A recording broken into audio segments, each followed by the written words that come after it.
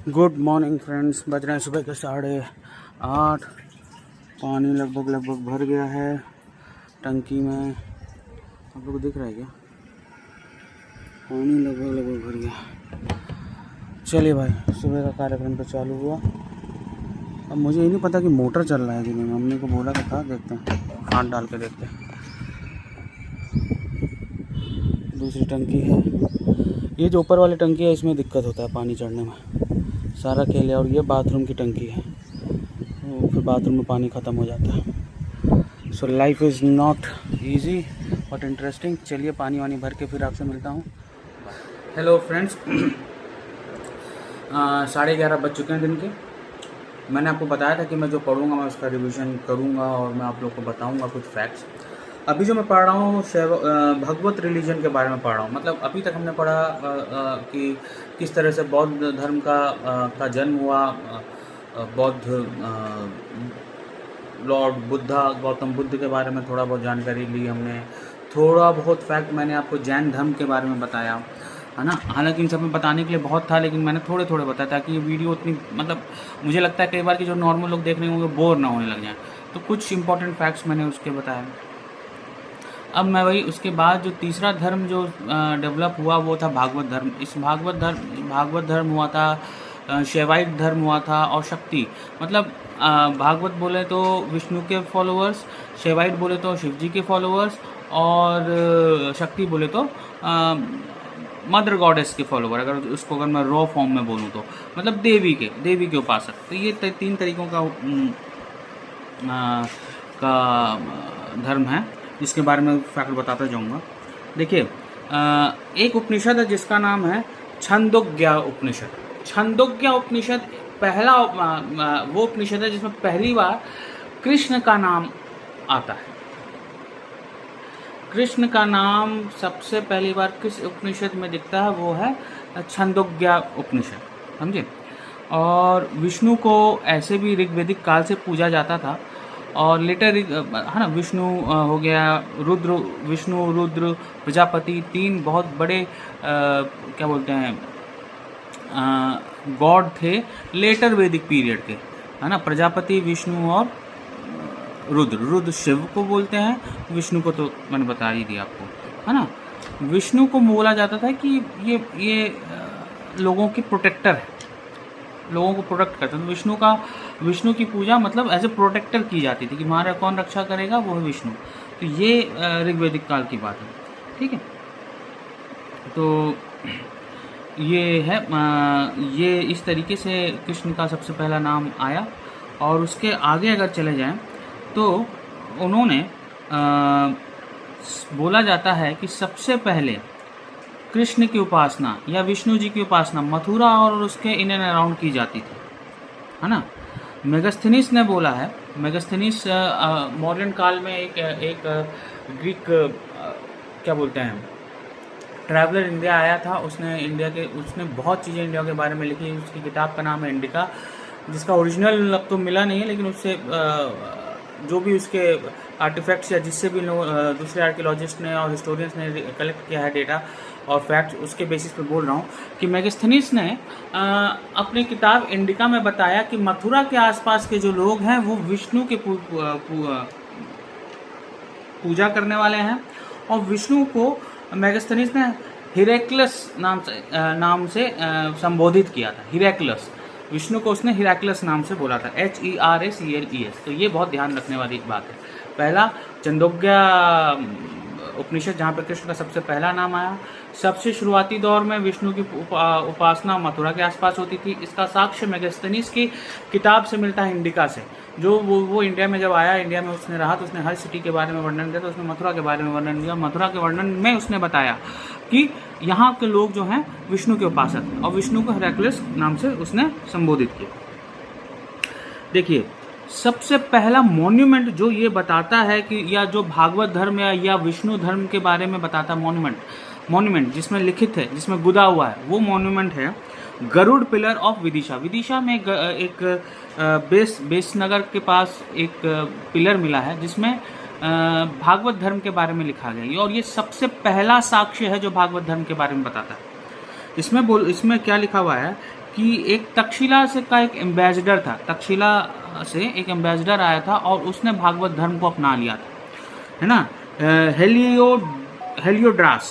Heliodorus उस क्या बोलते हैं उस एम्बेसडर का नाम था। तो ये इसमें ये चीज़ मेंशन किया हुआ है कहाँ पे, गरुड़ पिलर ऑफ विदिशा। ये सबसे पहला मॉन्यूमेंट है या कुछ भी बोल लें, पिलर है या इंस्क्रिप्शन है जिसमें भागवत धर्म के बारे में पता चलता है ना। ये चीज़ ध्यान रखने वाली बात है।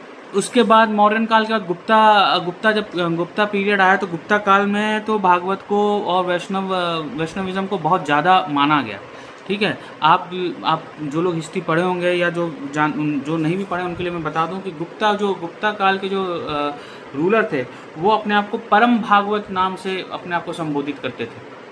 मतलब वो किंग जो है उनको उनके जो टाइटल लगता था परम भागवत लगता था। तो ये Bhagavata comes from that Vaishnavite thing, है ना। तो वो विष्णु के बहुत बड़े उपासक थे, है ना। और देखिए बहुत सारे पिलर्स गुप्ता काल के भी मिले हैं, जैसे महरौली के पिलर जिसमें चंद्रगुप्ता के बारे में लिखा गया है ना। उसमें लिखा गया कि चंद्रगुप्ता ने विष्णु पटाखा फहराया था, मतलब विष्णु का फ्लैग फहराया था। उसी तरीके से बिटारी एक और पिलर है जहाँ पे स्कंदगुप्ता के बारे में बताया गया कि वो विष्णु का उपासक है। तो ऐसे गुप्ता काल के बहुत सारे वो मिले हैं जिससे पता चलता है कि भाई गुप्ता काल के जो लोग थे या उनके रूलर्स थे वो वैष्णवाइट्स थे, भागवत को बहुत मानने वाले थे और विष्णु को बहुत मानने वाले थे, ठीक है। तो उपनिषद, उसके बाद फिर आपको आता है मौर्यन काल, फिर आता है गुप्ता काल। गुप्ता काल एक ऐसा काल है जहाँ पे सबसे ज़्यादा वैष्णविज्म को माना गया था, ठीक है।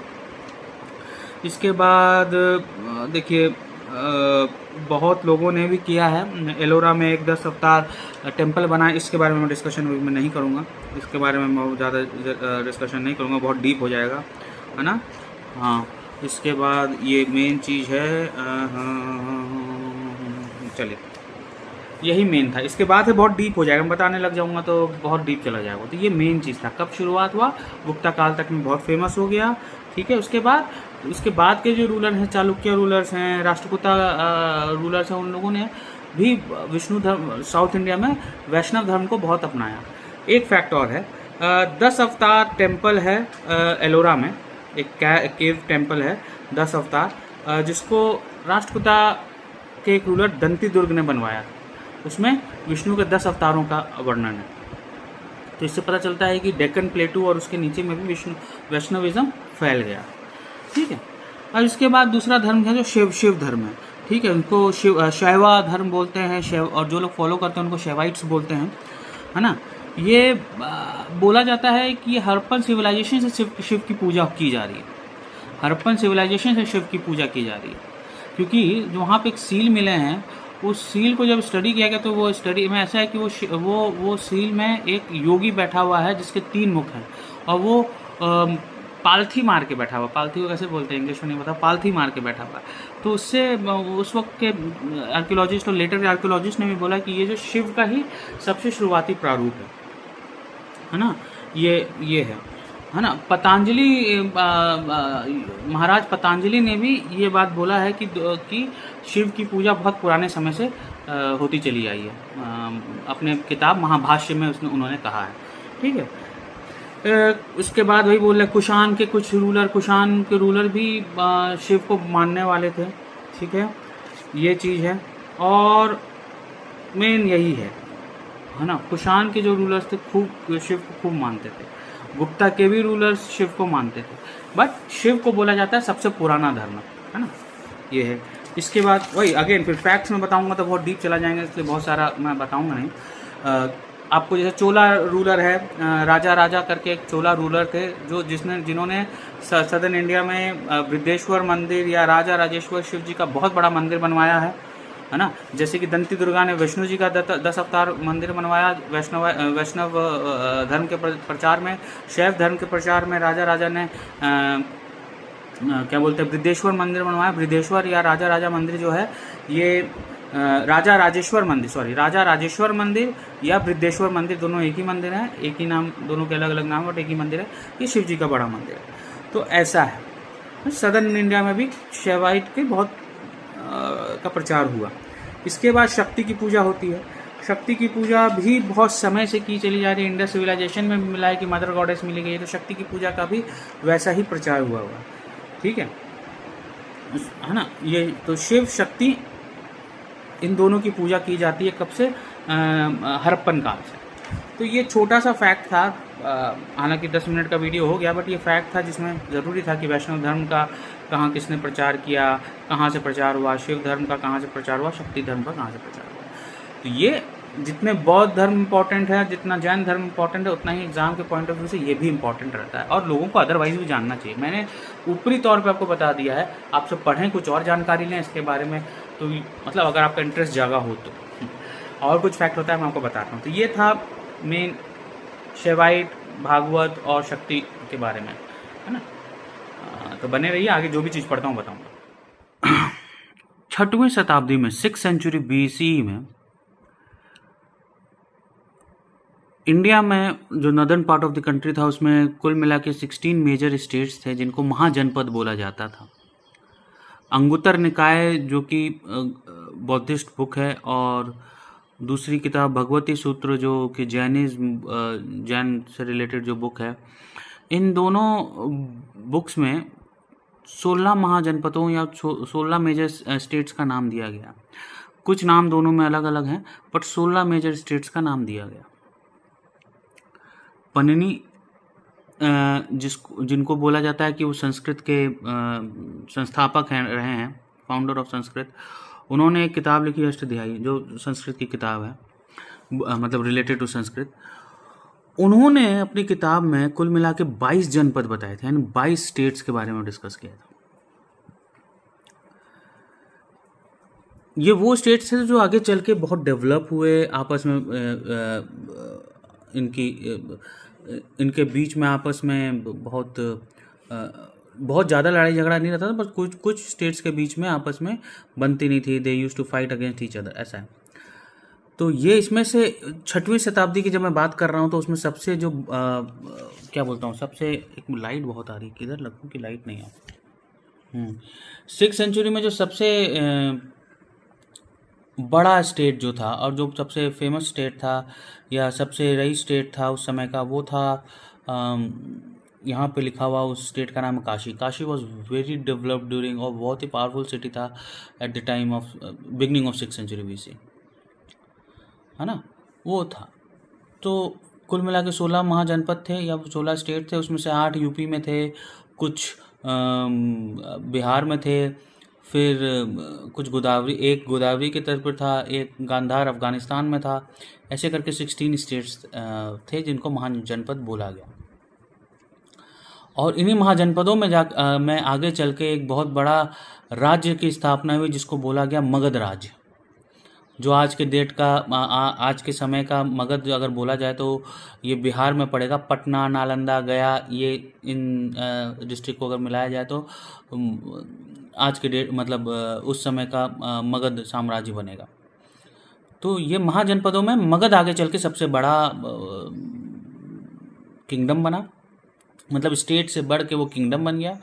इसके पहले जैसे मैं बोला, काशी सबसे बड़ा था, काशी सबसे पावरफुल था। 6th सेंचुरी BC की स्टार्टिंग में काशी के साथ हमेशा कौशल, नरेश और अंग और मगध ये आपस में लड़ते रहते थे, बट काशी उस वक्त बहुत बड़ा था। आगे चल के महाजनपदों में जो सबसे पावरफुल हुआ वो आपको बोलता हूँ मैं, कौशल हुआ, मगध हुआ, वत्स हुआ, रवंती हुए। ये जो है ये चारों आपस में फिर लड़ते रहे। शुरुआत में काशी सबसे बड़ा था, ध्यान रखिएगा।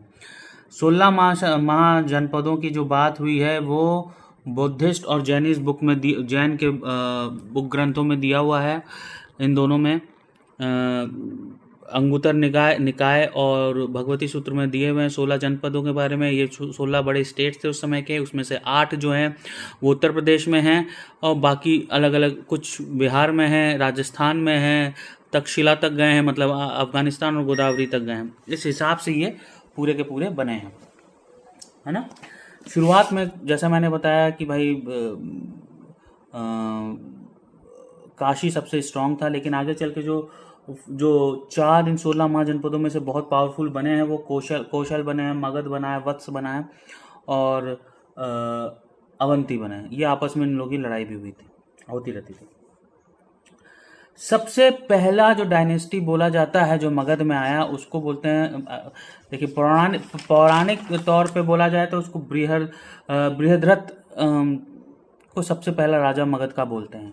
उसका ही बेटा था जिसका नाम था जरासंध, जिसके बारे में आपने महाभारत में कहीं ना कहीं सुन रखा होगा, राइट। लेकिन इसके अलावा ही बोला जाता है कि बिंबिसार जो है मगध डायनेस्टी को, मगध में सबसे पहले राजा बने, एक्चुअल मगध को सेटअप किया, जिसका नाम, और वो हर्यंक डायनेस्टी के थे बिंबिसार। इनके बाद अजातशत्रु आए और फिर पूरा बना, आगे चल के मौर्यन एम्पायर आया। तो ये है, तो मेन ये था कि 6th सेंचुरी में 16 महाजनपद थे, और उनके नाम बताऊंगा तो टाइम लगेगा, लेकिन कुछ का नाम बताता हूँ जो आप लोगों ने महाभारत में पढ़ा होगा। पांचाल नरेश के बारे में पढ़ा होगा। पांचाल जो था वो आज के डेट का बरेली, बदाऊं, फरुखाबाद वाला एरिया पांचाल है। अंग प्रदेश था, अंग प्रदेश जिसके क्या नाम है, कौन उनका राजा होता था, नाम बोल रहा हूँ यार, हो कर्ण अंग प्रदेश का राजा था। तो कर्ण, वो अंग प्रदेश आज के डेट का भागलपुर और मुंगेर बिहार का इलाका कहलाता है। मत्स्य प्रदेश था, जो महाभारत की कहानी जहाँ शुरू होती है ना, मत्स्य प्रदेश से चालू होती है, और वो जयपुर का इलाका कहलाएगा, ठीक है। फिर गांधार था, गांधार अगेन पाकिस्तान और अफगानिस्तान का पार्ट होगा। कंबोज भी एक जगह है जो कि जम्मू एंड कश्मीर का, present day Jammu and Kashmir की बात है, ठीक है। कौशल की बात करें, कौशल नरेश वो अवध का एरिया है, यूपी के अवध का एरिया है। ऐसे करके हैं, तो कुल मिला के 16 है। मैंने आपको कुछ नाम बता दिए, बाकी आप एक बार खुद से भी सर्च करिए क्या मिलता है, कैसा मिलता है, कुछ डाउट होता है तो मुझसे पूछिए, है ना। तो ये मैं पढ़ रहा था तो मुझे लगा कि 6th सेंचुरी BC में एक अर्बनाइजेशन आया। वो अर्बनाइजेशन में बड़ी बड़ी स्टेट्स डेवलप हुए। वो स्टेट्स आपस में फाइट करते थे, लेकिन धीरे धीरे करके उसमें से काशी जैसे सबसे बड़ा स्टेट था, अर्बन स्टेट था। उसके बाद मगध डेवलप होने लगा, मगध में बहुत राजा आए, ठीक है। अगर देखा जाए तो देखिए उस समय हर्यंक डायनेस्टी आई, उसका शिशुनाग डायनेस्टी आई, शिशुनाग के बाद नंद डायनेस्टी आई। नंद डायनेस्टी के आखिरी राजा, क्या नाम है उनका, आखिरी राजा का नाम बोल रहा हूँ, धनानंद है शायद, देखना तो, हाँ, धनानंद को चंद्रगुप्त मौर्य ने हराया, मार दिया, किसके, अपने कौटिल्य की मदद से, है ना, या जिसको चाणक्य बोलते हैं, चाणक्य की मदद से उनको मार दिया। फिर जाकर के मौर्यन डायनेस्टी की स्थापना हुई, उसके बाद गुप्ता डायनेस्टी की स्थापना हुई। तो ये मगध बहुत बड़ा सेंटर अर्बन डेवलपमेंट का 6th सेंचुरी BC में बना, जो आगे चल के कई सारे डायनेस्टीज के लिए from a developed city state and then to dynasty, बहुत बड़े डायनेस्टी को सपोर्ट करने लगा। तो ये 6th सेंचुरी BC का छोटा सा ब्रीफ था। आई होप आपको पसंद आया होगा।